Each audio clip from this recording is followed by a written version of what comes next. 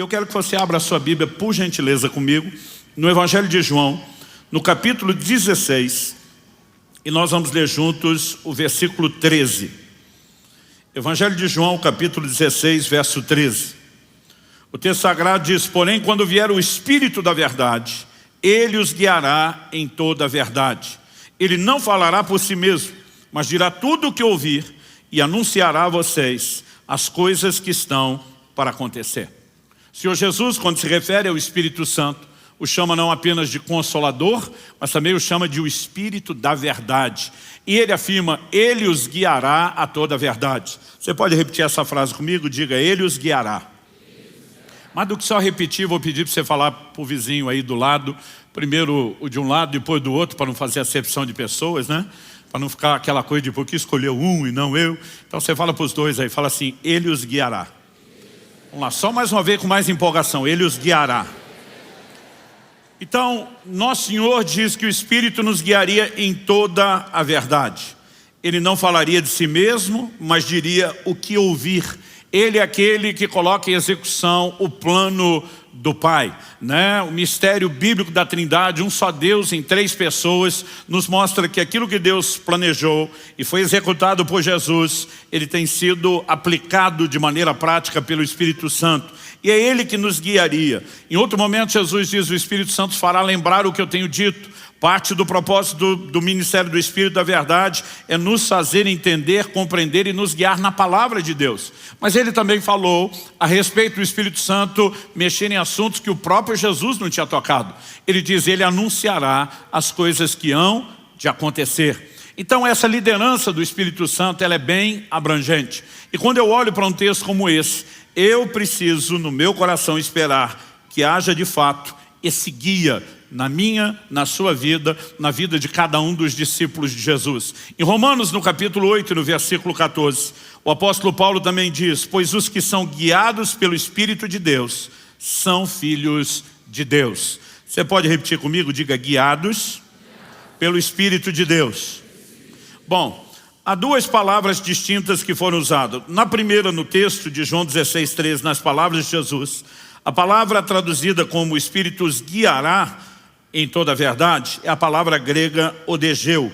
Ela significa ser um guia, né? Seguir os passos de alguém, guiar, ser guia ou professor, dar orientação a. Mas em Romanos, no capítulo 8, no verso 14, quando Paulo diz que os que são guiados pelo Espírito de Deus são filhos de Deus, ele usa uma palavra diferente, a palavra grega ago. E um dos seus significados, além de ser guiado, obviamente, é ser tomado pela mão e conduzido até o destino final. Eu particularmente gosto dessa ideia, desse conceito. E aliás, quando você olha o uso que foi feito dessa palavra em vários outros textos do Novo Testamento, ele de fato carrega essa ideia. Por exemplo, em Lucas 18, 40, quando Jesus está passando por Jericó e a Bíblia fala de um cego que clama por intervenção e cura de Jesus, o texto diz assim: então parou Jesus e mandou que lhe o trouxessem. A palavra trouxessem ali é ago. Ou seja, aquele homem está limitado pela visão, mas alguém precisaria tomá-lo pela mão e guiá-lo até onde Jesus estava. No Evangelho de Mateus, no capítulo 21, no verso 7, no Evangelho de Marcos, capítulo 11, verso 7, Lucas 19, 35, os três relatos dos evangelhos sinóticos sobre quando levaram um jumentinho a Jesus antes da sua entrada triunfal em Jerusalém, usam a palavra ago para dizer como o jumento foi levado. Alguém o toma, né, pela mão e vai guiando até onde Jesus está. Por que eu particularmente gosto muito dessa ideia? Porque muitos cristãos pensam no conceito de ser guiado apenas como se num momento ou outro da nossa vida a gente precisasse de direcionamento profético. E a liderança do Espírito Santo, embora envolva isso, é maior do que isso. Eu me lembro quando garoto, e chegou o momento onde eu fui matriculado no que antigamente a gente chamava da primeira série, né? Era o início do ensino fundamental. Hoje isso é o equivalente ao que eles chamam do segundo ano. Mas eu lembro que eu deixei a pré-escola, que era uma escola mais perto de casa, e me matriculei numa outra escola que na minha cabeça de criança parecia ser uns 5 quilômetros de casa. Eu fiquei chocado quando depois de adulto eu fiz a medição da quilometragem no carro e não deu 1 quilômetro, deu uns 950 metros. Mas parecia um lugar muito longe. E eu estava assustado não só com a distância, como criança ali aos 7 anos de idade, mas com o fato de ser um caminho novo, de serem outros colegas, eu estava apavorado. E no primeiro dia de aula, meu pai decidiu que iria me acompanhar justamente por ver o meu estado. Ele me pegou pela mão, dentro de casa, saiu comigo. Não apenas atravessou o portão, ele caminhou até a escola sem largar da minha mão. Não me largou no portão da escola, ele entrou, descobriu onde era a classe que eu estava matriculado, me largou na fila, me deu as instruções, eles vão cantar o hino nacional. Quando terminar, você segue aquela professora por aquela porta, e quando viu que eu estava bem tranquilo sobre tudo, ele largou minha mão. E eu fico imaginando que a missão do Espírito Santo é algo parecido com isso. Desde o dia da conversão, ele te toma pela mão. Ele vai segurando sua mão até o destino final. Ele diz, eu não vou te largar no caminho, eu não vou te largar na porta, eu vou te dar todas as instruções que você precisa para que o propósito dessa jornada seja cumprido. Quem está entendendo, diga amém. Então, nós precisamos entender que ser guiado pelo Espírito Santo não é apenas um ou outro momento de direcionamento profético, de orientação para uma ou outra decisão, mas é um combo completo, que envolve desde o entendimento, da aplicação da palavra, da compreensão do plano personalizado de Deus para mim e para você. E quando a gente fala dessas coisas, o primeiro elemento que eu gosto de destacar, eu mencionei isso em domingos anteriores, mas eu quero dar um pouquinho mais de ênfase aqui, é o que eu chamo de a voz no caminho. O que eu e você chamamos hoje de cristianismo, a expressão coletiva da nossa fé, era chamado no livro de Atos de o caminho. E a razão pela qual eles chamavam isso, é obviamente o indicador de uma compreensão que eles tiveram. Não só Jesus dizendo, eu sou o caminho, a verdade e a vida, mas nós temos profecias desde o Antigo Testamento que apontavam para aquilo que Deus faria por meio de Cristo e usavam essa terminologia do caminho. Aliás, a Bíblia mostra que não apenas os crentes falavam dessa forma, mas até os de fora se referiam também ao cristianismo como sendo o caminho. No livro de Atos você vai ver gente falando, é a seita intitulada o caminho. Intitulada por quem? Pelos próprios participantes. Aqueles que abraçavam a fé a chamavam assim. Por quê? Profecias como as de Isaías, 700 anos antes de Cristo. Isaías 35:8. Deus diz, ali haverá uma estrada, um caminho que será chamado de caminho santo. Os impuros não passarão por ele, pois será somente para o povo de Deus. Diga comigo, caminho santo. Agora diga comigo, somente para o povo de Deus. Depois o texto continua e diz, quem passar por esse caminho, mesmo que seja um tolo, e essa expressão também merece a nossa atenção, não se perderá. Quando eu olho para essa declaração, eu enxergo aqui claramente o indicativo de um plano claro que Deus tinha. Em outras versões a gente vê, haverá ali uma estrada, uma estrada chamada de caminho santo. Mas eu também vejo algumas traduções que usam a expressão no final, que nem o louco erraria o caminho. O que significa? Deus está dizendo, eu não só preparei um caminho santo, um caminho que é para o meu povo, que não é para os impuros. Mas Deus diz, a capacidade de ser bem sucedido nesse caminho não depende de quanto conhecimento você tem, não depende de quanta inteligência você tem, aliás, não depende de habilidade sua nenhuma. Deus está dizendo, nem o louco, aquele a quem lhe falta o mínimo para ser considerado uma pessoa com tudo aquilo que ela precisa para escolhas racionais, funcionais, práticas, nem ele vai errar o caminho. Porque Deus está dizendo, a capacidade de ser bem sucedido no caminho não depende de quanta inteligência, conhecimento ou informação você tenha. Depende do quê? De um outro recurso que Deus nos disponibiliza. Qual é esse recurso? Isaías no capítulo 30, no verso 21, Deus diz, quando vocês se desviarem para a direita ou para a esquerda, ouvirão atrás de vocês uma palavra dizendo, este é o caminho, ande nele. Deus está dizendo, a razão pela qual nem o louco vai errar é porque você não precisa de muito entendimento, você só precisa de sensibilidade a uma voz. O tempo todo, enquanto você anda no caminho, haverá uma voz atrás de você dizendo, não desvie para a direita, não desvie para a esquerda. E tudo que eu e você precisamos é compreender que Deus não prometeu só um caminho. Deus nos prometeu um guia ao longo do caminho. O evangelho pode ser entendido dessa forma. Jesus fala a respeito de uma porta e um caminho estreito que conduzem aonde? A vida eterna. Então, há uma porta de entrada, a experiência da conversão, quando o Espírito Santo vem habitar em nós. Depois há um caminho que é proposto diante de nós cujo destino nós sabemos muito bem. O apóstolo Paulo diz, eu prossigo para o alvo, para o prêmio da soberana vocação de Deus em Cristo Jesus. Enquanto estamos nesse trilho em movimento, o Espírito Santo, Ele quer ser o nosso guia. E se nós formos sensíveis à liderança dEle, não precisa nem de muita inteligência, nem conhecimento para ser bem-sucedido. Porque o segredo de ser bem-sucedido nessa caminhada é a direção do Espírito Santo. Quando as pessoas me perguntam, e pela graça, bondade e misericórdia de Deus, eu ouço muito essa pergunta. Pastor Luciano, o que tem levado você a viver uma vida cristã bem-sucedida? O que tem levado você a construir uma família bem-sucedida? O que tem levado você a ter um ministério frutífero? E eu digo às pessoas, seguir a liderança de Deus. O Senhor sempre quis nos dirigir no caminho. Em Lucas, no capítulo 1, nos versos 78 e 79, Zacarias, o pai de João Batista, cheio do Espírito Santo, profetizando sobre o novo tempo que haveria de iniciar em Cristo, ele diz assim, graças à profunda misericórdia de nosso Deus, pelo qual nos visitará o sol nascente das alturas, para iluminar os que jazem nas trevas e na sombra da morte, e dirigir os nossos pés pelo caminho da paz. Ele está dizendo, Ele não veio só colocar diante de nós um caminho, Ele veio dirigir os nossos pés por esse caminho. Como Ele nos dirige? Obviamente a forma primária pela qual julgamos todas as outras, sua palavra. Salmo 119, 105 diz, lâmpada para os meus pés é a tua palavra, luz para o meu caminho. Mas a palavra de Deus, ela nos dá orientações que nós podemos classificar de genéricas. Ela não dá orientações personalizadas sobre todos os detalhes de tudo que eu e você vamos viver no dia a dia e nem em relação ao propósito.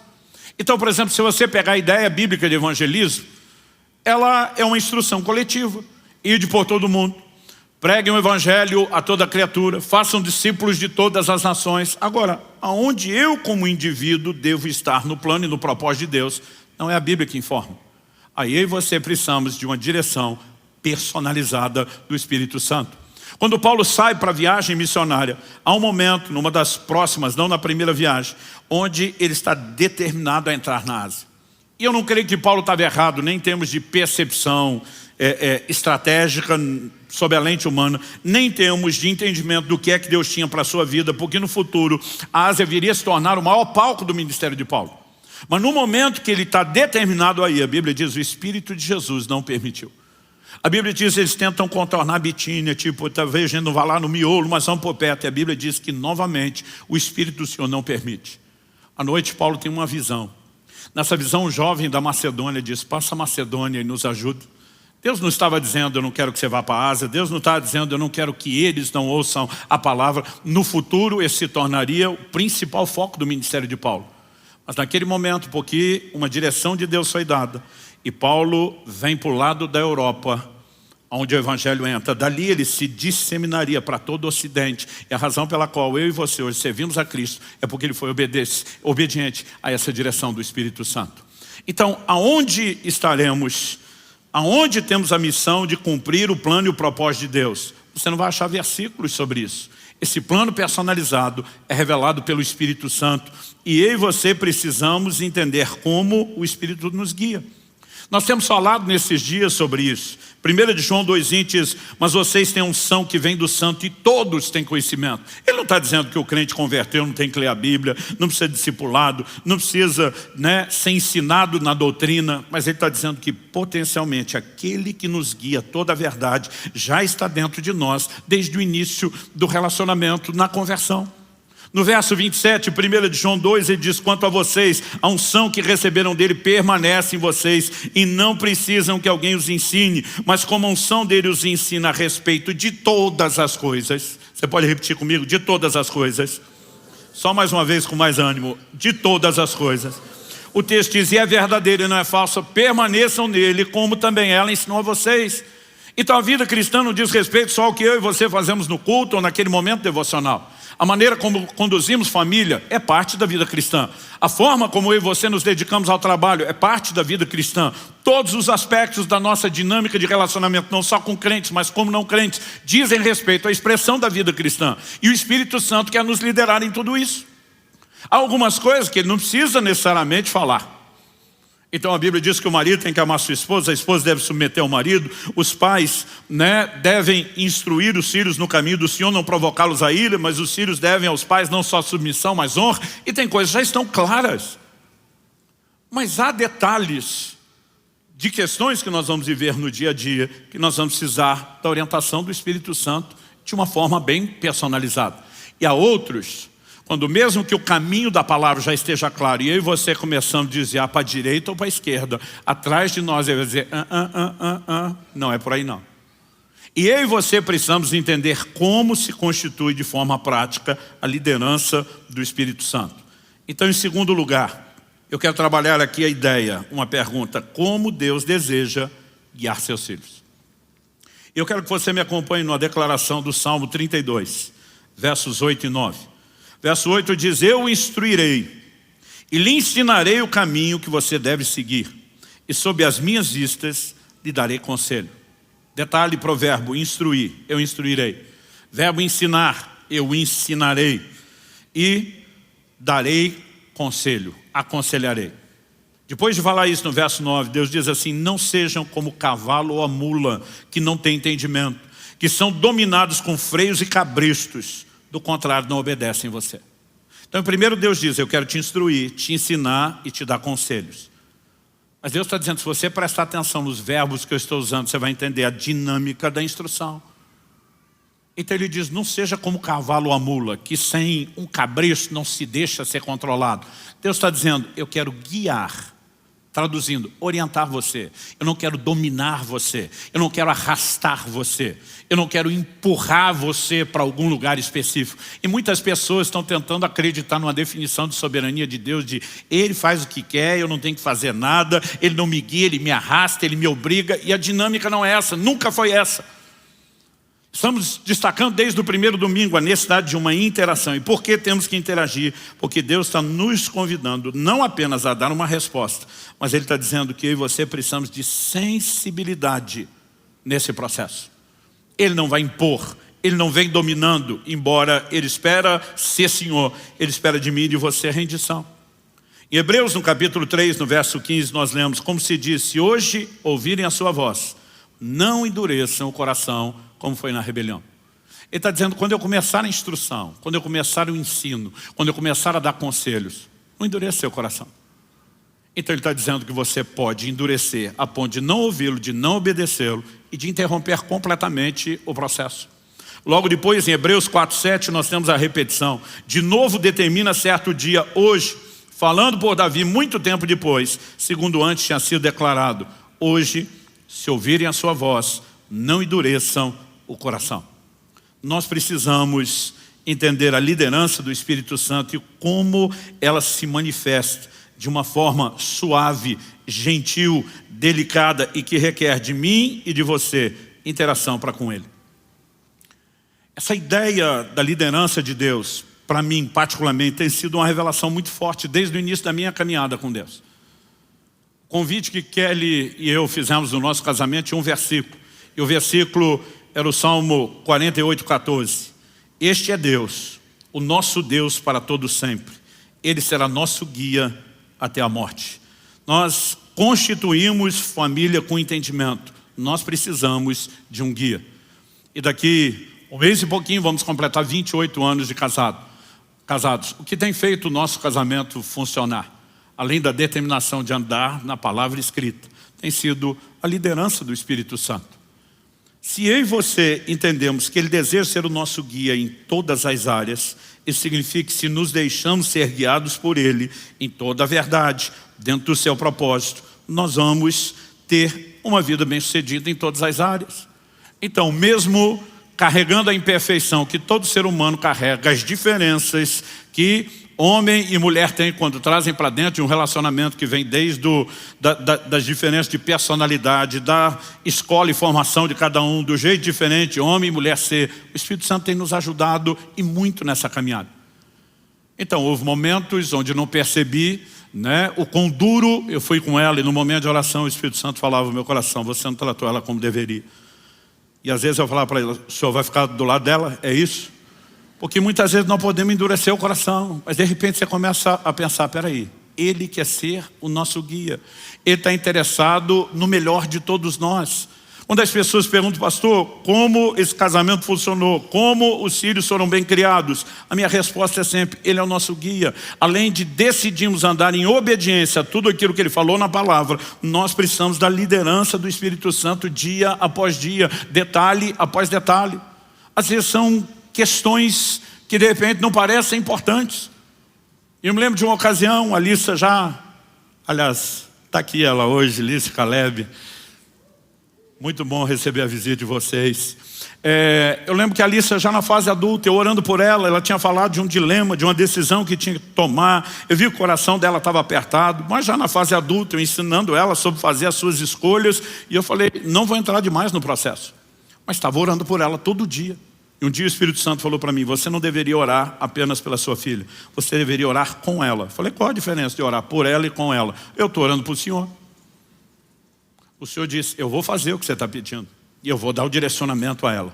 Mas ela precisa saber que você prestou atenção no pedido de ajuda dela e que você se importa. Eu falei, uau, não pensei nisso. E eu fui lá e falei, filha, desde que você abriu o coração, estou orando por você todos os dias. Mas como eu não te dei nenhum feedback, eu senti que você precisava saber que eu não estou apenas orando por você. Eu vim orar com você. E naquele momento ela começa a chorar e diz, pai, eu precisava ouvir isso. Outro dia alguém disse, pastor, quem é que vai entender as mulheres? Nem elas se entendem. O Espírito Santo. Ele pode nos ajudar em questões que nós não fazemos ideia. E quando eu olho ao longo da nossa caminhada, antes de ir pregar a primeira vez em Santa Bárbara do Oeste, a cidade onde a Kelly se criou, onde ela a primeira vez me viu pregar, olhou para mim e fez uma amarração gospel. Ela falou, vou casar com ele. O Espírito Santo me disse duas coisas que você precisa saber antes de ir para essa cidade. Primeiro, eu vou usá-las de uma forma especial para chacoalhar várias igrejas, não só essa onde você está indo. Ele disse, segundo, a mulher que vai te acompanhar ao longo de todo o seu ministério está te esperando lá. E quando nós pegamos um versículo como esse, ele será nosso guia, é porque a gente começou a perceber a importância dessa liderança. O Israel estava para completar 12 anos de idade, uma criança ainda. E a primeira vez que ele encontra a Priscila, minha nora, e conversa com ela, eu agarro no braço da Kelly e falo para ela, eu não sei te explicar, esses dois vão casar. Ela falou, como é que é? Eu falei, eu não sei te explicar. Eu posso registrar isso em cartório. Eu sei, dentro de mim, com toda a convicção, há um testemunho do Espírito Santo. Eles vão casar. Nunca falei nada para eles. Não quisemos influenciar a escolha, só contamos depois de casados. Mas estão casados. Em fevereiro do ano passado, Deus montou a peça que faltava do quebra-cabeça. Chega de bullying. Você já entrou na família. Estava orando pela Alissa, num desses jejuns, dizendo, Senhor, eu quero saber quem é a pessoa com quem minha filha vai casar. A escolha é dela, não é minha. Quem pode interferir é o Senhor, não sou eu. Mas se eu souber quem é, fica mais fácil entregar de bom grado, de bom coração, abençoar. E eu falei, o Senhor criou a jurisprudência, o Senhor abriu o precedente quando falou da minha nora. Agora eu quero saber meu genro. Eu não tinha ciúme da nora, eu tenho ciúme do genro. É da filha, né? E orando por isso, eu tive uma experiência. Eu me lembro do dia em que Caleb conversando comigo numa academia, que tinha acompanhado, né, o pai dele estava comigo, ia pregar na igreja deles à noite. O Espírito Santo falou comigo, esse é o seu genro, vai casar com a sua filha. Eles nunca tinham se visto, nunca tinham se falado, não se conheciam.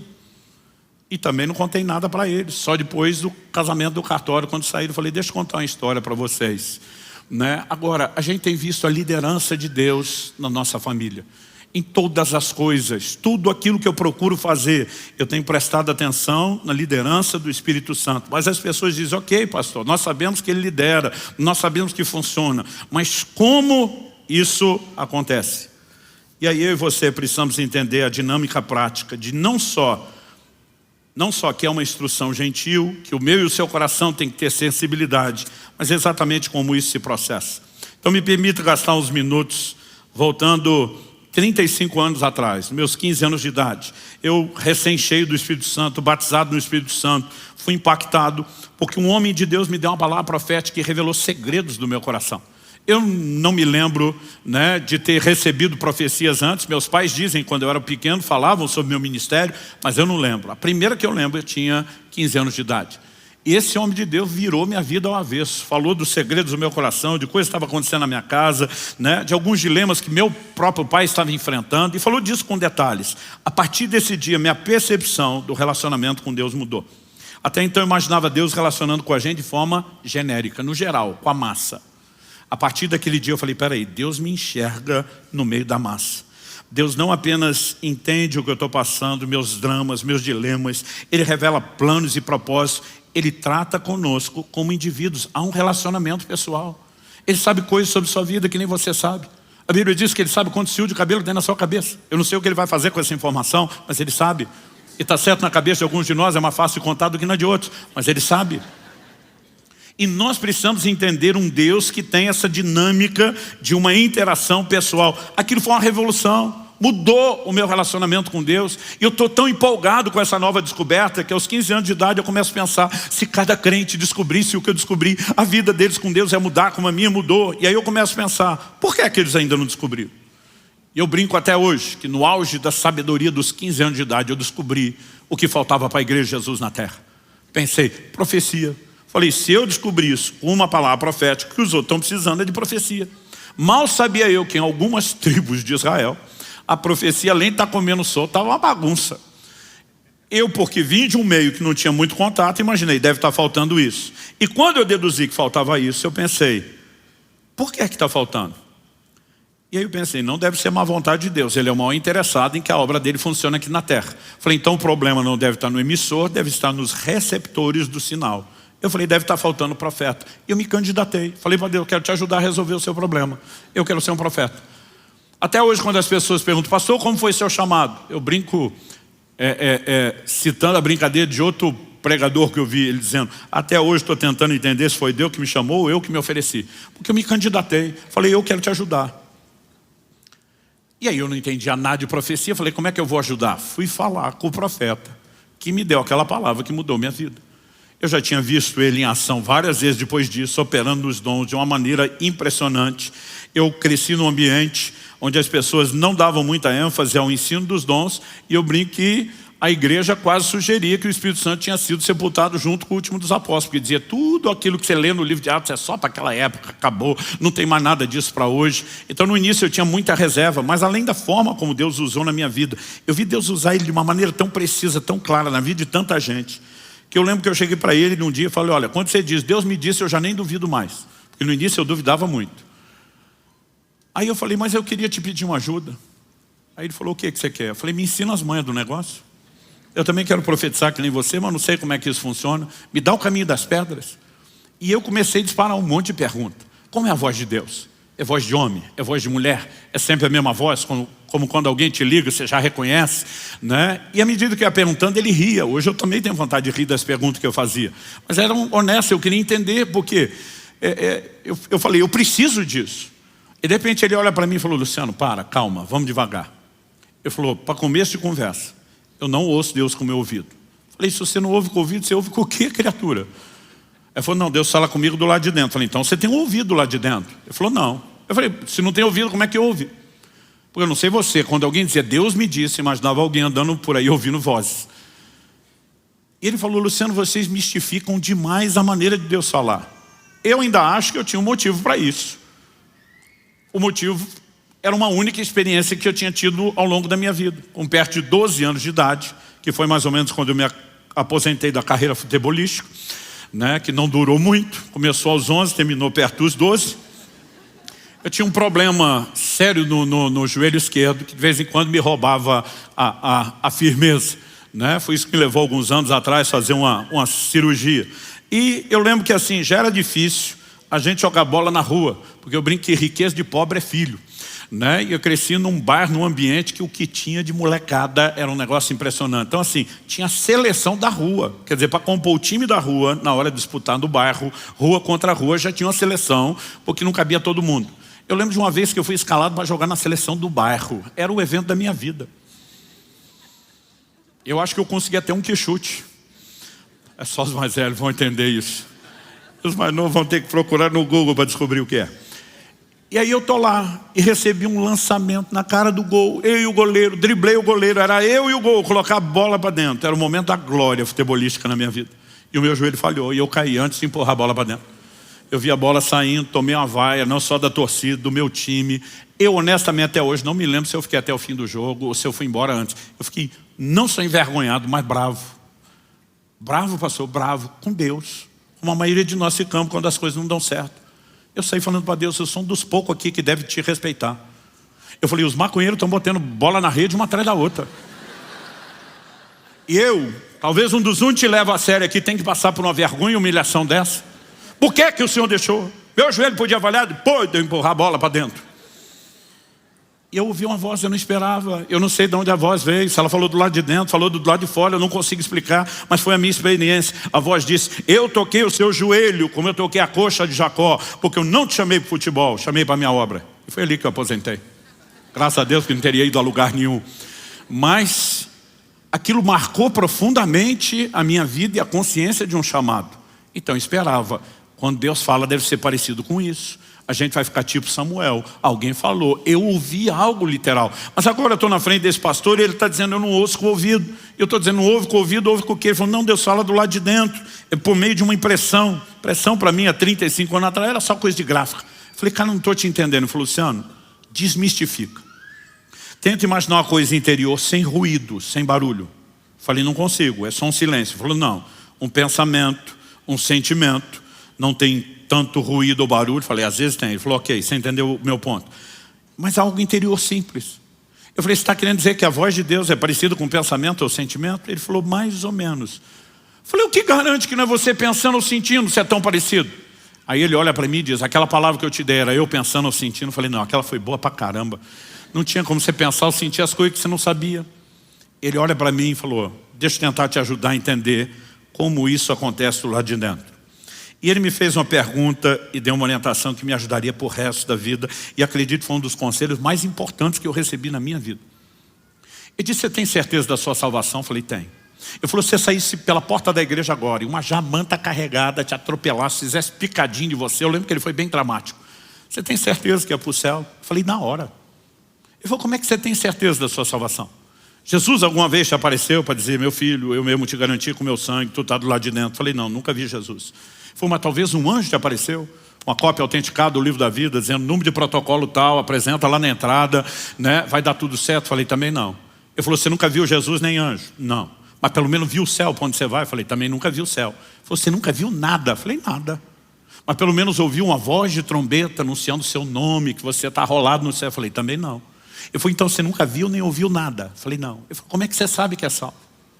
E a resposta que eu dou até hoje, eu sei, porque sei, porque sei. Se fosse hoje, talvez teria dito como é que eu sei, não sei, só sei que eu sei, porque eu sabia que eu sabia que eu sabia, eu só não sabia como é que eu sabia, mas que eu sabia. Era muito sabimento, sabeção. Eu sabia com tudo que alguém pode saber, que eu era salvo. Mas ninguém me disse como é que eu sabia. Então nesse dia ele falou, eu vou te explicar qual é a fonte da sua sapiência. Só para mostrar que eu aprendi a palavra certa, que não tem sabeção nem sabimento. Ele falou, Romanos capítulo 8, verso 16, e aqui eu vou ler na NVI, que diz assim, o Espírito testemunha com o nosso Espírito que nós somos filhos de Deus. Outras traduções dizem testifica, sinônimo de testemunhar. Outras dizem confirma com o nosso Espírito que nós somos filhos de Deus. Ele falou, de acordo com a Bíblia, você sabe que é porque há um testemunho, há uma confirmação dentro de você, lá no seu Espírito. Eu falei, é por isso que eu sei muito. Ele disse, é. Eu falei, agora eu sei. Como é que eu sei? Ele disse, pois é, se num assunto tão importante como esse, que é a sua certeza de salvação, ele decidiu falar não necessariamente por meio de uma visão espetacular ou de uma voz audível. O que te faz pensar que o Espírito Santo não possa, com a mesma simplicidade, falar a respeito de outras coisas? E naquele dia ele me disse, você precisa aprender a prestar atenção no seu coração. Qual o lugar que Deus fala? Nós lemos o texto, se hoje ouvides a sua voz, não endureça o coração, porque é lá que ele fala. Lá é o lugar da resposta. Então ele falou, Luciano, muitas vezes, principalmente no início da caminhada, enquanto isso não está claro, você não desenvolveu de forma prática a percepção do que é o testemunho interior, pode ser um pouco mais difícil, é por isso que é importante muitas vezes você checar, conferir aquilo que você tem. Mas eu descobri depois que Provérbios 20, 27 diz, o espírito do homem é a lâmpada do Senhor, a qual examina o mais profundo do seu ser. A Bíblia nos mostra que esse é o lugar onde ele vai trazer a direção. Quando você pega o paralelo, o ser humano hoje é o santuário de Deus. Mas no Antigo Testamento Deus teve outras casas físicas. Nelas Deus sempre estabeleceu que elas seriam subdivididas em 3 partes. Então você pega o tabernáculo de Moisés, tinha o átrio exterior e a tenda da revelação. Pastor, são só 2. Não, a tenda era subdividida em 2 ambientes, porque havia um véu que separava o santo lugar do santo dos santos. O mesmo padrão se repete no templo de Salomão. O mesmo padrão se repetiria na restauração do templo de Salomão, reformado por Herodes, dos dias de Jesus. Deus conserva essa ideia. Quando 1 Tessalonicenses 5 escreve falando sobre nós, que hoje somos o templo do Espírito, ela diz: e o vosso espírito, e alma, e corpo sejam conservados irrepreensíveis até a vinda do Senhor. O santuário de Deus continua tendo 3 partes. Mas um olhar superficial na tenda anterior diria: não, tem a parte descoberta, o átrio, e a parte coberta, a tenda da revelação.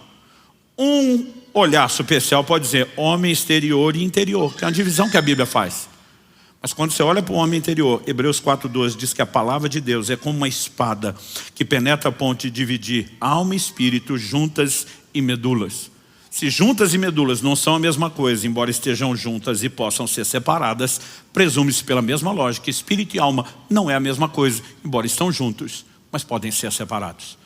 Isso significa o quê? Qual é o lugar onde Deus falava aqui, na tipologia que Ele está construindo antes de revelar a casa que seríamos nós, o Santo dos Santos? Êxodo capítulo 25, verso 22, Deus fala sobre onde estaria a arca, o propiciatório, que era a tampa da arca, no Santo dos Santos. E Deus diz: ali virei a ti e falarei contigo. Assim também, quando você olha o paralelo, há um lugar onde Deus manifesta sua voz, traz direção, é no espírito do homem. Quem está entendendo, diga amém. Agora, isso não precisa ser necessariamente uma voz espetacular. Não quer dizer que nós não podemos ser promovidos a experiências espetaculares. Mas nós precisamos entender a natureza simples do testemunho interior. Quando a gente pensa em Jesus, a gente acha que os milagres que Ele fez como Deus. A gente acha que tudo o que Ele teve e viveu foi como Deus. Eu, quando lia que Jesus jejuou 40 dias, pensava: Ele é Deus? Para Ele é fácil. Quase como se não fosse para a gente. Então o que a gente precisa entender é a dinâmica de que Jesus, subsistindo na forma de Deus, Ele se esvazia, Ele decide, não em essência e identidade, mas em termos de atributos sim, Ele decide viver nessa terra como ser humano. E como ser humano, Ele foi cheio do Espírito, guiado pelo Espírito, fluiu nos dons e no poder do Espírito Santo, da mesma forma como se espera que eu e você vivamos. E a Bíblia diz que o Espírito Santo guiou ao deserto. Ele está vivendo a liderança do Espírito. Olha o que diz Marcos capítulo 2, de 6 a 8. Trouxeram um paralítico, colocaram diante de Jesus. Jesus diz: perdoados são os seus pecados. Olha a sequência. Alguns escribas estavam sentados ali e pensavam em seu coração: como ele se atreve a falar assim? Isso é blasfêmia. Quem pode perdoar pecados a não ser um que é Deus? A Bíblia diz: e Jesus, percebendo imediatamente em seu espírito que eles assim pensavam, disse-lhes: por que vocês estão pensando essas coisas em seu coração? Percebendo imediatamente em seu espírito.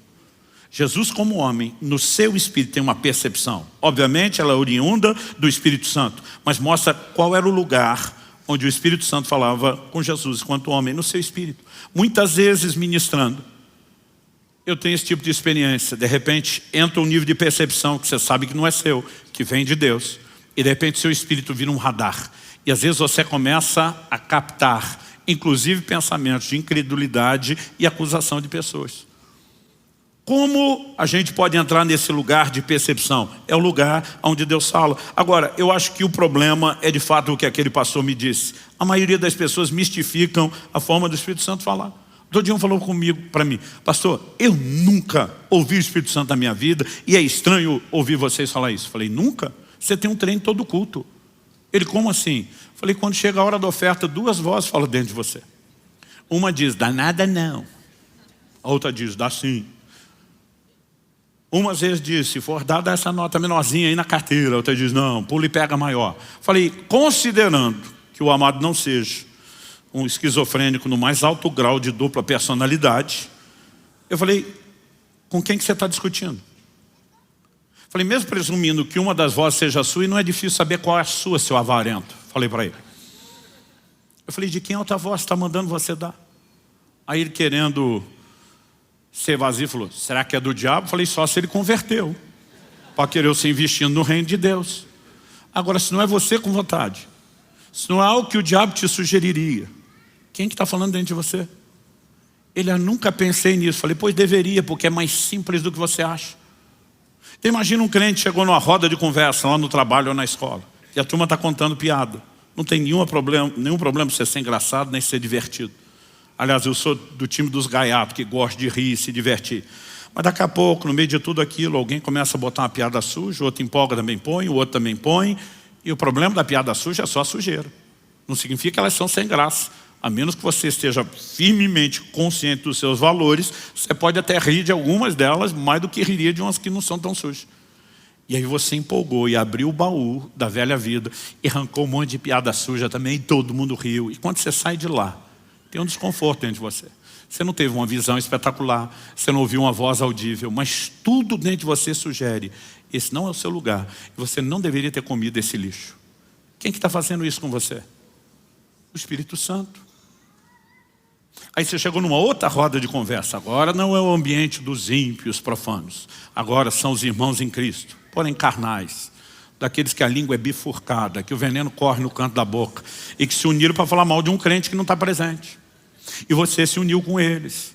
E usou a língua como um chicote e bateu. E daqui a pouco você sai dali e tem um desconforto dentro de você. Alguma coisa dizendo, você não deveria ter falado do seu irmão dessa forma. Outro dia um falou para mim, pastor, tem um versículo na Bíblia onde Paulo fala do direito romano de que ninguém seja acusado sem direito de defesa. Eu falei, tem. Ele falou, pois eu lembrei desse versículo, ficava perguntando, tem mesmo na Bíblia? Eu falei, lembrou por quê? Aí ele, pois é. Eu vi que ele ficou envergonhado e insistir, lembrou por quê? Ele falou, não, a gente estava falando mal de um outro irmão que não estava presente para se defender. Quando eu saí do nada, lembrei desse versículo. Ele falou, a mente da gente prega perto. Eu falei, sua mente? O Espírito Santo que nos faz lembrar aquilo que Jesus falou. Não é tão complexo quanto parece. Agora vamos falar de um outro tipo de crente. Não é o que está rindo das piadas, né, sujas lá dos ímpios, nem o que juntou com a roda dos crentes da língua bifurcada. É aquele que busca Deus. Ele está lá no quarto, está tendo seu tempo de oração, buscando a Deus. Chega aquele momento que ele está quebrantado, ele fala para Jesus, eu estou facinho, pode pedir o que quiser. Aí vem algo dentro dele, então perdoa fulano. Aí fala, fulano não. Outro dia eu falei, se o Espírito Santo não fala com você, com quem que você discute? Eu falei, os crentes devem ser as criaturas mais loucas que existem no mundo, porque vive discutindo com ninguém. Só que você passou tempo demais na oração, e agora você sente que você já não está com a mesma força, e algo está te vencendo, aquela queda de braço, começa a assistir, perdoa. Eu digo, não quero perdoar, perdoa. E você diz, posso até perdoar, mas vai ter que vir rastejando, se humilhando. Aí você quer botar as condições. E algo dentro de você começa, lembra de quantos bons momentos você e fulano já tiveram? E algo começa a quebrar dentro de você aos poucos. A hora que você vê, você está chorando, você diz, tá bom, eu perdoo em nome de Jesus. E algo vem e lava a sua alma. Quem fez isso com você? O Espírito Santo. Um dia eu estava dando uma aula sobre a liderança do Espírito Santo. Tínhamos um intervalo. Quando parou para o intervalo, uma pessoa me procura. E ele falou, pastor, eu tenho uma teoria. Eu falei, compartilhe. Eu gosto de colher as pérolas de sabedoria do povo. Ele falou, pastor, que Deus fala, indiscutível, na perspectiva bíblica. Jesus falou, minhas ovelhas ouvem minha voz. Falei, ok. E ele falou, pastor, mas eu não ouço Deus falar. E eu não posso dizer que ele mentiu, porque ele não mente. Falei, então eu tenho uma teoria. Falei, qual? Ele falou, no reino natural não tem gente surda que não ouve? Falei, sim. Ele falou, eu acho que eu sofro de surdez espiritual. Então não é que Deus não fala, mas eu não ouço. Eu te garanto que eu não ouço. A hora que ele está falando isso, o Espírito Santo fala comigo. Não foi uma visão extraordinária, não foi uma voz audível. Mas o testemunho interior vem com nitidez, clareza. Pergunta para ele, quantas noites já faz que ele vem acordando às 3 da manhã em ponto? E eu parei e falei, desculpa, eu tenho que te fazer uma pergunta que pode te parecer que não tem a ver com o assunto, mas eu vou te mostrar que tem. Quantas noites já faz que você vem acordando às 3 da manhã em ponto? Quando eu falei isso, ele arregalou os olhos. Como é que o senhor sabe disso? Eu falei, só me fala quantas noites. Ele falou, não sei te dizer quantas. Está acontecendo já várias noites. Eu falei, descreva o que acontece. Ele falou, pastor, toda madrugada eu estou acordando às 3 da manhã. Não é 2h59, não é 3h01, 3 em ponto. Ele falou, mas eu nunca acordo de madrugada. Ele falou, eu posso beber um tanque d'água antes de dormir, nem para ir no banheiro, eu levanto, meu sono é profundo, nunca me aconteceu. Eu falei, todo dia você está acordando às 3? Sim. Falei, descreve o que acontece. Eu abro o olho, olho no relógio. Falei, ok, o que mais? O que você sente? Falei, pastor, eu sinto vontade de orar. Falei, o que é que você faz? Falei, pastor, isso não é hora de orar, eu viro para o lado e durmo. Falei, meu querido, seu problema não é surdez espiritual. Seu problema é estupidez espiritual. Ele, como é que é? Falei, estupidez. Eu falei, tu não tem nem cara que gosta de orar. Porque quem gosta não perde um convite desse. Não acorda nunca. Agora, de repente, começa a acordar toda a madrugada. Isso aconteceu uma vez. 2. Agora, toda a madrugada por tantos dias. E você não parou para pensar que Deus está te chamando. Quando eu falei isso, ele fez uma cara diferente e falou, sabe que o senhor falando assim... O problema é que as pessoas estão esperando algo que é muito mais místico. E Deus está dizendo, eu não quero te arrastar, eu não quero te tratar como cavalo ou como uma mula, eu não quero botar cabresto em você. O que eu espero é sensibilidade ao meu convite. Quem está entendendo? Tive uma experiência extraordinária com Deus no final do último jejum agora. Acordei de madrugada para ir no banheiro. Eu estava com tanto sono que parecia um zumbi. Eu, quando volto para o quarto, pensei, está perigoso eu dormir em pé. Eu lembro que eu pensei isso. Quando encostar a cabeça no travesseiro, não dá 3 segundos, eu apaguei. Se eu não dormir antes de chegar lá. Quando encostei a cabeça no travesseiro, algo dentro de mim disse, por que você não ora um pouco?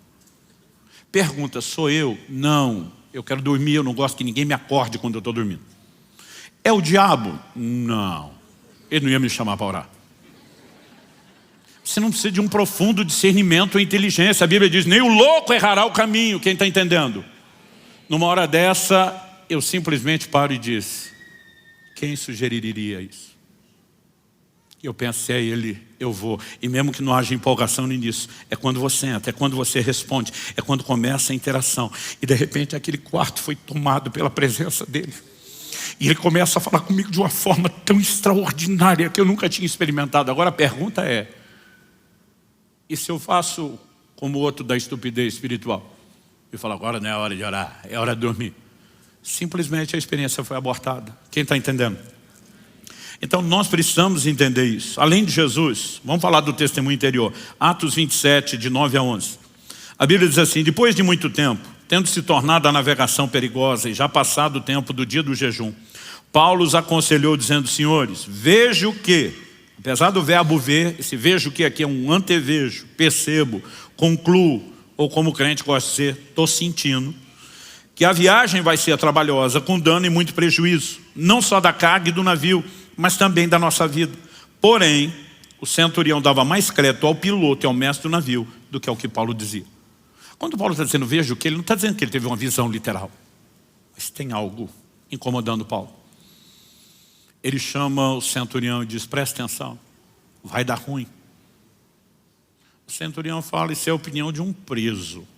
Deixa eu falar com quem entende. Ele vai com o piloto. E aí? Não, a navegação está perigosa, mas não para nós. Não para o nosso navio. Não para a nossa expertise e habilidade. Já enfrentamos coisa pior, pode ficar tranquilo. Ele vai falar com o mestre, outra tradução diz o dono do navio, quem tem mais a perder. O cara diz que aposto tudo que eu tenho nisso. Bora, não tem motivo de parar. Ele olha para o Paulo que só acha e diz, vou ficar com os experts. Qual o resultado disso? O navio naufragou. Mas quando está na iminência de naufragar, em Atos 27, 21, Paulo se levanta, o texto diz assim, havendo todos estado muito tempo sem comer, Paulo pondo-se em pé no meio deles diz, senhores, na verdade era preciso terem me atendido e não partir de Creta para evitar esse dano e perda. O crente tem a mania de quando as coisas dão ruim, dizer assim, Deus provavelmente tinha um propósito. O fato de que em alguns momentos ele pode de fato ter um propósito, não significa que toda situação ele tenha. Às vezes nós só estamos colhendo o fruto da nossa insensatez, da nossa falta de sensibilidade aos avisos dele. E muitas vezes nós pagamos um preço caro porque não vimos isso. Então Paulo está dizendo, era só ter me ouvido. Eu brinco que ele faz aqui o papel da mulher no casamento. Eu falei, eu te disse.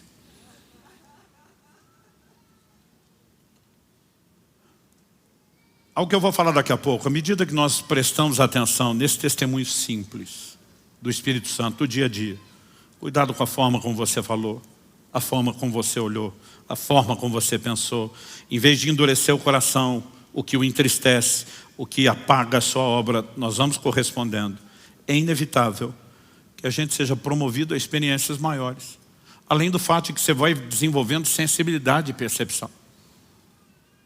Então um dia eu estava fazendo uma viagem de Curitiba para São Paulo, já morávamos aqui, mas acredito que isso deve fazer em torno de uns 15 anos atrás. A igreja já tinha começado. E eu lembro que por conta da correria eu só consegui sair no final da tarde. Estava com a família, a Kelly, as crianças. Eu falei para a Kelly, eu falei, amor, eu estou muito cansado. Ela falou, você quer que eu dirija? Eu falei, não, você também está cansado. Mas para deixar esse negócio seguro, a estrada não era duplicada como a 116 é hoje. Eu falei, principalmente nessa parte de serra, eu vou ter a paciência de andar atrás de um caminhão. Esses caminhoneiros conhecem tudo, buraco, radar, né? Então, falei, eu vou ficar uma distância de segurança, eu vou seguir esse camarada aqui sem me preocupar com nada, não vai requerer de mim muita atenção e eu vou aliviar um pouco o negócio. Só que vai diminuir o ritmo da nossa viagem. Ela, tudo bem, nós estamos andando atrás do caminhão, já faz não sei quanto tempo. De repente vem algo no meu espírito, não foi uma visão espetacular, nem uma voz audível. Sai de trás desse caminhão. A nossa primeira reação é, hã? Tipo assim, o que é isso? É um pensamento? É uma ideia? Porque a natureza do testemunho interior é simples. Mas eu prestei atenção naquilo e estou tentando entender. Eu ouvi isso mesmo? E aí aquilo repete. Só que a segunda vez veio com força, veio contundente. Saia de trás desse caminhão agora. Eu só olhei os retrovisores, chequei que não vinha ninguém atrás, fui freando, pegando distância do caminhão. Liguei a seta e troquei de faixa. Foi o tempo de eu trocar de faixa. O caminhão freia, mas freia assim de arrastar as rodas. Ele freou tão brusco que se eu tivesse atrás eu tinha batido nele. Mas não só batido. Como ele freou muito brusco, apesar de eu ainda estar freando na outra faixa, ele freou mais do que eu acabei ultrapassando ele. Antes de ultrapassar, deu tempo de eu ver por que ele freou. Eu vi o corpo de uma pessoa saindo debaixo do caminhão. Um ciclista tinha acabado de ser atropelado. Como o eixo e o rodar do caminhão era alto, não tocou o corpo. Mas se eu estivesse atrás, quem tinha atropelado era eu. Aí se você não ouve aquilo e acontece, você vai dizer que Deus tinha um propósito. Nós temos colhido muita tragédia desnecessária, casamentos dissolvidos, filhos que têm ruptura no relacionamento, problemas financeiros, problemas de toda ordem, porque não aprendemos a viver a liderança do Espírito Santo. E muitas dessas coisas podem ser evitadas. Quem está entendendo, diga amém.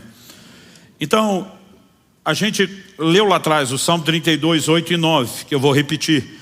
Ele diz o seguinte, quando eu falei sobre Deus nos guiar com uma instrução gentil e não no controle do cabresto, Salmo 32, 8 e 9 diz, eu instruirei ele, ensinarei o caminho que você deve seguir, sob as minhas vistas lhe darei conselho. Na sequência ele diz, não sejam como o cavalo ou a mula que não tem entendimento, que são dominados com freios e cabrestos, do contrário não obedecem você. Agora olha o versículo seguinte, o 10. Muitos são os sofrimentos do ímpio, mas o que confia no Senhor, a misericórdia o secará. Deus não está dizendo com isso, que está olhando para o ímpio e dizer, vou me vingar de tu, mas você confiou em mim e eu vou te beneficiar. Deus está dizendo, eu quero instruir. Você é ímpio que não me ouve, infelizmente vai pagar o preço de não ouvir a instrução. Não vai escapar de coisas que se me ouvisse, poderia escapar. Mas ele diz, você que decidiu me ouvir, a misericórdia vai cercar você, de maneira que você não viva os danos que o ímpio está experimentando, o tipo de sofrimento. Então Deus não está simplesmente dizendo, eu amo mais esse do que aquele. Ele está dizendo, o que eu ofereci, esse desprezou, você pode ser beneficiado. O problema é que muitas vezes a gente está do lado do justo, com um comportamento de ímpio, um coração duro. E se eu e você entendemos a simplicidade do testemunho interior e começamos a prestar atenção nisso, eu lembro naquela primeira orientação que eu tive aos 15 anos de idade, eu consegui relacionar a instrução do testemunho interior com algo que eu ouvi em casa do meu pai. Meu pai falava muito, tenho paz para isso, não sinto paz. Um dia eu falei, o que é esse trem de ter paz ou não ter paz? Ele falou, Colossenses 3,15, seja a paz de Deus, o árbitro, o juiz no seu coração. Tem um juiz ali para te ajudar a tomar decisões. E esse juiz pode manifestar o pronunciamento dele por ter paz, por você experimentar paz ou não experimentar paz. Meu pai dava um outro exemplo para isso, dizia, Eu sinto um sinal vermelho. Ele estava usando a alegoria do farol. Não, é hora de avançar. Eu sinto um sinal verde. É hora de seguir. E eu comecei a entender essas coisas que ele falava com aquelas outras que me foram ensinadas. E até hoje. Há momentos onde eu tomo decisões importantes, simplesmente pelo fato de ter ou não ter paz. Principalmente em momentos onde a sua mente quer te convencer de algo diferente. Você começa a perceber o como é importante prestar atenção nisso. Hoje eu olho para trás. São 35 anos de vida no Espírito. E uma das coisas que eu mais agradeço a Deus, alguém me ensinou a respeito da liderança do Espírito Santo. É lógico que quanto mais eu e você prestamos atenção, praticamos, nos exercitamos, vai ficando mais fácil. Há momentos onde você fica assim, é Deus ou não é Deus? E às vezes eu falo para Deus, eu não duvido do Senhor, duvido de mim, da minha capacidade de te ouvir. Se eu tiver certeza que é o Senhor, eu vou que nem um louco. Mas tem coisa que não faz o menor sentido você achar que é da sua cabeça e não testar. Então um dia eu entro no escritório de casa para pegar um papel, um documento. A hora que eu estou entrando, me vem um impulso dentro de mim. Liga para fulano. Nós os homens não temos o mesmo poder de socialização das mulheres. Nós somos mais limitados. Primeira coisa que um homem pensa nessa hora. Ligar para quê? Você não liga, mas e aí, tudo bem? Tem alguma coisa para resolver? Tem algo para tratar? Tem algo para ser pontual? Né? Aí eu penso, ligar para quê? Mas ao mesmo tempo, por que essa coisa dentro de mim liga para o fulano? Eu pensei, só tem um jeito de descobrir. Passei a mão no telefone, liguei para o fulano. Fulano atende. Quando atende, do outro lado, a expressão dele. Que surpresa você me ligando. E eu digo, pois eu estou tão surpreso quanto tu. Que eu não sei nem o que falar. Não sei por que eu estou ligando. Só que na hora que eu digo isso, e ainda não sei o que falar, aquele testemunho interior vem de novo. Pergunta para ele se ele acabou de fazer uma oração pedindo por uma provisão de 3 mil reais. Eu falei, por acaso antes de eu ligar você tinha feito uma oração a Deus pedindo uma provisão específica de 3 mil reais? Primeiro silêncio. Depois de um bom tempo de silêncio, uma voz emocionada disse, eu tinha acabado de orar quando o telefone tocou. Pensei, Deus me usou para ligar e dizer que ouviu a mensagem. Aí o testemunho interior vem, pega a conta dele e transfere. Primeira coisa que eu penso, pediu para tu, não para mim, o que é que eu tenho a ver com isso? Sério? Falar para você que eu não fiquei confuso? Mas eu penso, eu não tinha como saber essas coisas, não tinha como dar tão certo, tem que ser ele. Falei, me passa seus dados bancários que eu vou transferir. Ele do outro lado pergunta, o que é que você tem a ver com isso? Falei, estava pensando a mesma coisa aqui. Eu falei, agora me responde uma coisa, eu tinha como saber o que é que você orou? Aqui em outro estado, não. Eu tinha como saber a hora que você orou para te ligar logo depois? Não. Eu tinha como saber o valor? Ele falou, não. Falei, a mesma fonte de informação me mandou pedir seus dados. Você quer se rebelar contra ela? Ele falou, anota aí. Um dia eu estou contando isso engraçadinho. Liga para mim também. Aí deixou a bola quicando. Falei, vai orar como ele. E você precisamos entender. Há momentos que eu só tenho um jeito de descobrir. É o testemunho interior ou não? Vamos checar, vamos conferir. Mas eu acho insano as pessoas dizerem, não, não vou conferir porque pode não ser. Mas e se for? Não é melhor você trocar de faixa e não acontecer nada e descobrir depois do que não era, do que ficar esperando para ver se vai ter um problema? Mas muitas vezes, porque nós vamos ignorando essas orientações, essa chama do relacionamento, em vez de crescer, ela apaga. Porque alguém que não é ouvido o tempo todo se entristece e se afasta. Quem está entendendo? Agora, quanto mais eu e você ouvimos, há uma tendência que a gente progrida. Então me deixe terminar com uma história que eu oro a Deus que provoque sua fé e o seu coração. Ao longo dos anos, eu tenho entendido a importância de corresponder com a liderança do Espírito Santo. E também posso contar histórias de quando não prestei atenção no testemunho interior e me arrependi amargamente. Histórias minhas e de outros. Mas uma das experiências mais espetaculares que eu tive na minha vida com a liderança do Espírito Santo foi em setembro de 2000. Perdi uma carteira, tinha que fazer uma viagem, não achei a carteira em lugar nenhum, revirei em casa, que ele me ajudou, fui na igreja, porque eu lembrava de ter ido o dia anterior, que era o domingo, na igreja com a carteira, procurar nada. Acordei um irmão que a gente tinha jantado na casa dele, para ver se estava lá, nada. Foi me dando desespero, porque sem a carteira eu não podia viajar. Em algum momento falei, Deus, me mostra onde está essa carteira, mas me mostra tipo assim, eu só imaginava que ele podia me ajudar a lembrar.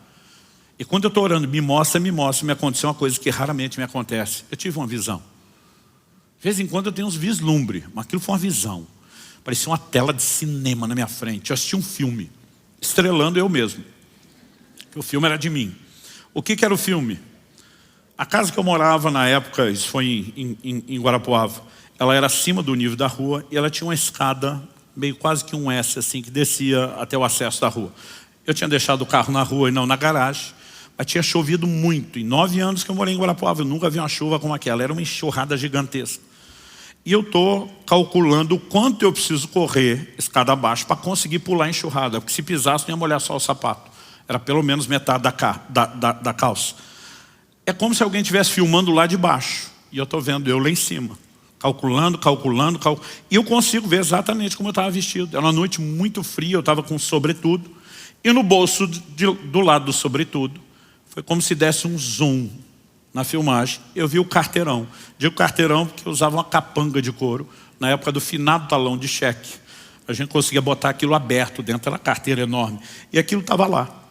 E eu percebi o que aconteceu. Na hora que eu desci correndo e pulei a enxurrada, o movimento que eu fiz com a perna direita de dar o pulo, bateu do lado de dentro, sobretudo, e ejetou a carteira para o lado de fora. Na hora que isso aconteceu, foi como se desse não só o zoom que eu falei na carteira, mas eu brinco que foi com câmera lenta, slow motion. Eu vi aquele carteirão saindo do bolso. Isso é só para quem assistia vídeo cassete, gente. Quando botava na câmera lenta, segurava o som junto. Todas as lembranças minhas de câmera lenta tem um som. Então desculpa, eu faço questão que você ouça. E eu vejo ela caindo. Quando ela está no ar, a visão sumiu. Acabou. Eu pensei, caiu na calçada da frente de casa. Corri para lá, procuro, nada. Pensei, algum vizinho achou, jogou para lá de dentro. Nada no quintal, nada na caixa de correio. Aí começou a me dar uma angústia. Eu falei, Deus, agora mais do que a carteira, os documentos, a viagem. Eu nunca tenho a visão. Agora que eu achei que tinha uma, vai dar em nada. Mas de repente eu me lembrei, falei, por que aquilo parou com ela no ar? Falei, Deus, eu quero ver o fim do filme. Eu quero ver o fim do filme. E quando eu comecei a orar, voltou o filme, pausado onde a carteira estava no ar. Alguém soltou o pause, mas ainda está no slow motion. Aí eu vejo onde a carteira caiu, dentro d'água. A hora que ela entra na água, volta à velocidade normal, eu vejo ela correr embora. O Espírito Santo falou para mim, acha o próximo bueiro. Ela enroscou, não passou. Achei o próximo bueiro, comecei a tirar galho de árvore, folha. A carteira estava lá. Gente, eu me achei. Eu falei, obrigado, Jesus. Obrigado, Jesus. Eu ficava pensando, que experiência maravilhosa, que coisa gostosa. E eu botei isso na experiência top da liderança do Espírito Santo. Por que eu estou falando isso? Alguns meses depois, estamos falando de setembro de 2000, janeiro de 2001, eu estava ministrando em Oshawa, no Canadá, na igreja do pastor Frank Seixas, que de vez em quando está aqui conosco, um grande amigo. E a gente carinhosamente o chama pelo apelido de Kiko. Nós tivemos um culto domingo de manhã, foi um mover do Espírito muito precioso. Na hora do almoço está todo mundo falando do que aconteceu no culto e o assunto virou a liderança do Espírito Santo. Um conta uma experiência, outro conta outra, outro conta, eu estou lá que eu não me aguento. Falei, gente, preciso contar uma fresquinha, aconteceu uns meses atrás. Mas contei assim, empolgado, e todo mundo, uau! E aquele uau foi, essa ganhou. E eu estou feliz, falei, estou liderando o campeonato. Aí o Kiko diz assim, foi boa. Mas já falou de um jeito que você já pressente aquele mais. Falei, mais o quê? Vai dizer que tu tem a melhor. Ele falou, julgue você, eu só fui a testemunho. Ele olha para mim e pergunta, você conheceu o pastor fulano de tal? Já está com o senhor. Mas foi desses da vanguarda do avivamento brasileiro. Falei, conheci o velhinho, encontrei muito ele por aí. Ele falou, ele que levou nossa família a experimentar o mover do Espírito Santo, a entender o que era o avivamento. Ele falou, cara, eu já estava anos aqui no Canadá, encontrei ele no Brasil. Falei, pastor, o senhor roda o mundo, quando estiver no Canadá me visite. Dei um cartão, ele falou, Luciano, filho, mais por educação do que esperando. 3 meses depois ele me liga. Ele diz, vou estar pertinho da sua cidade. Gostaria que você me ouvisse pregar no domingo de manhã e, se possível, almoçasse comigo. Falou, o culto foi aquela bênção, o homem era muito usado por Deus. E ele falou, lá vamos nós almoçar. Falou, qualquer chance de conversar com o homem, quem conheceu sabia que as conversas se estendiam, porque ele era uma máquina de experiência e ele ficava dando testemunho o tempo todo. Ele falou, o horário começou a se estender. Teve uma hora que ele olhou para os irmãos que tinham trazido ele de Toronto, onde ele estava, a 1 hora de distância, e falou, olha, vou liberar vocês, porque esse negócio vai longe. Dá só o endereço da igreja. E ele me leva. Você pode me levar aqui? O Kiko falou, posso. Pegou o endereço, O Kiko falou, Luciano, já tinha morado em Toronto, não tinha GPS naquela época. Falou, mas conhecia mais ou menos. Eles me deram informação, anotei o endereço, o horário.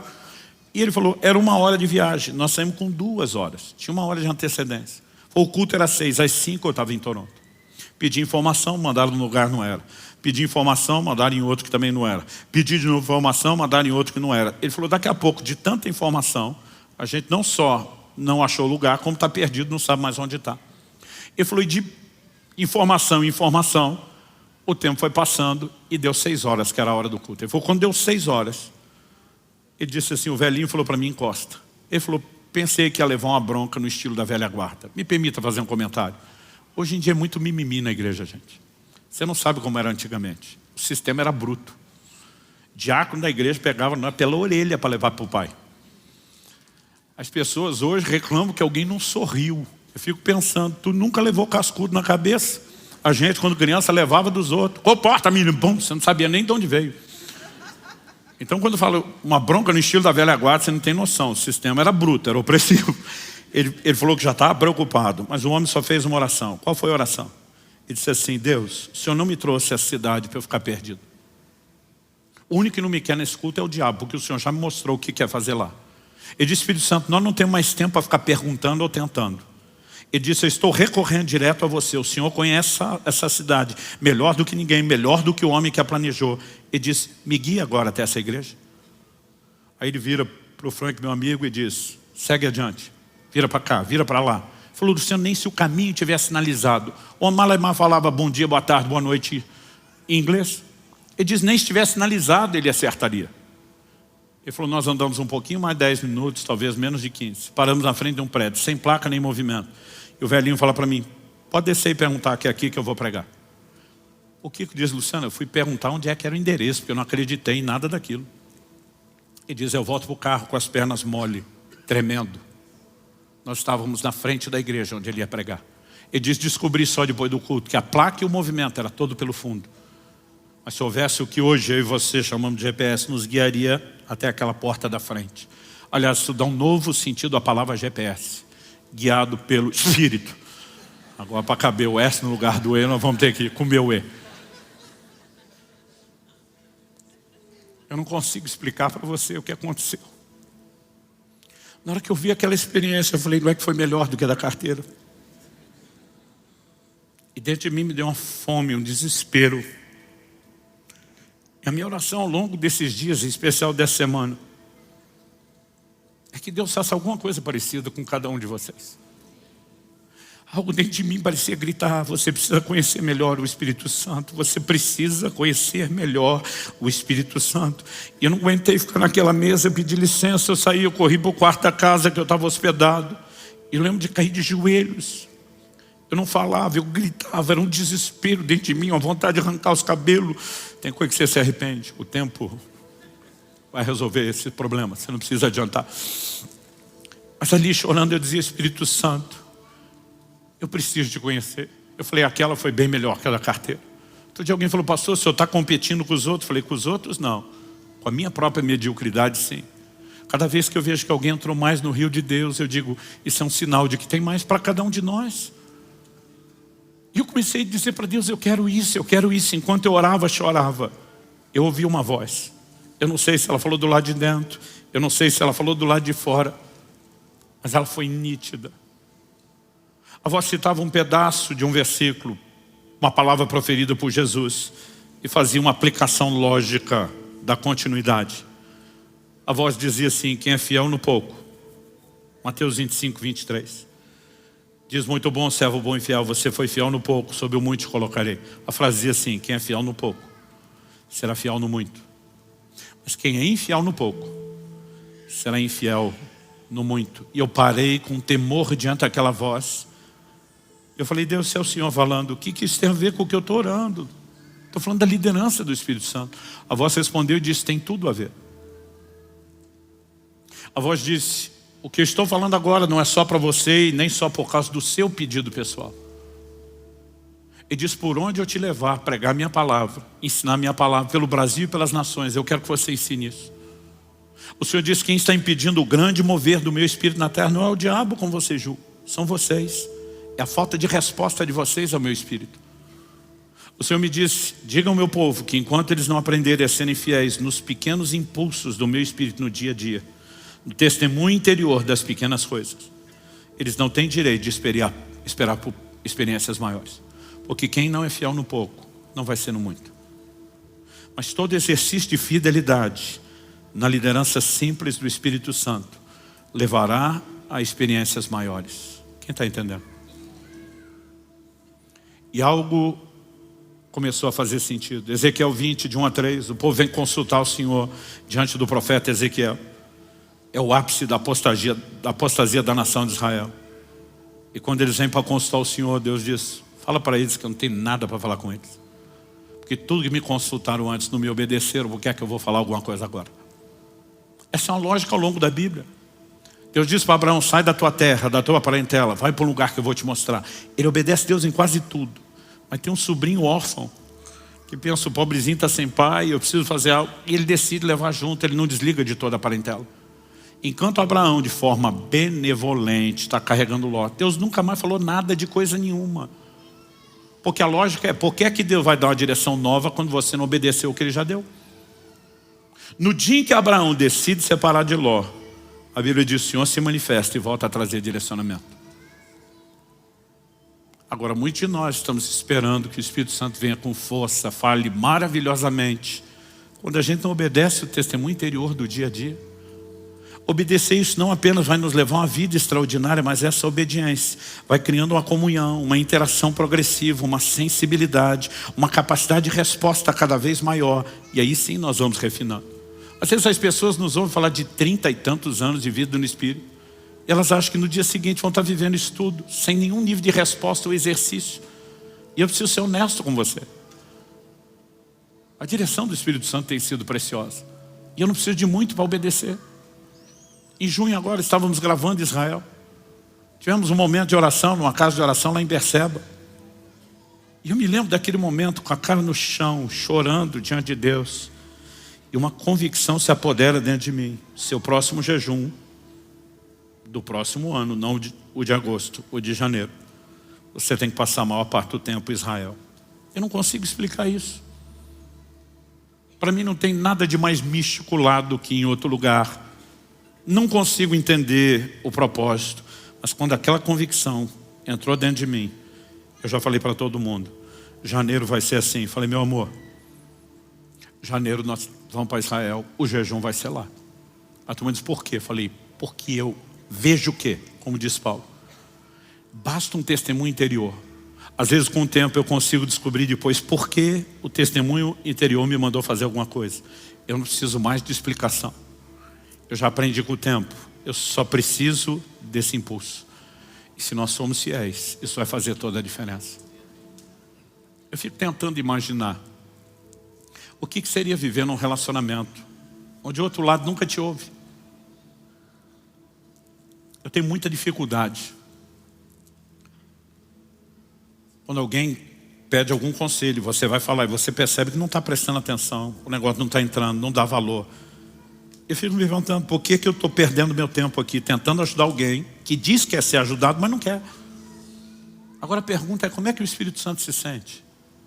Quando eu e você, dia após dia, ficamos ignorando Ele, ignorando Ele, ignorando Ele. Quando nós o entristecemos, nós o afastamos. E não há razão para esperar que Ele fale mais. Mas se eu e você fomos fiéis, eu gostaria de te encorajar a um posicionamento que não é só para hoje, aqui e agora. A partir de agora. Às vezes eu vou separar tempo para orar e buscar Deus e Espírito Santo. Eu quero ser sensível.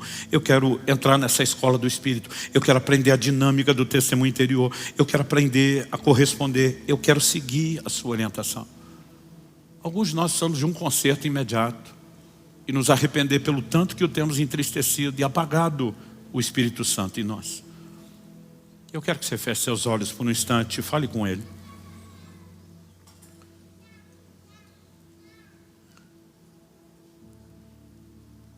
Meu Deus, foram 4 semanas procurando trazer fundamentação bíblica, testemunhos, orientação prática.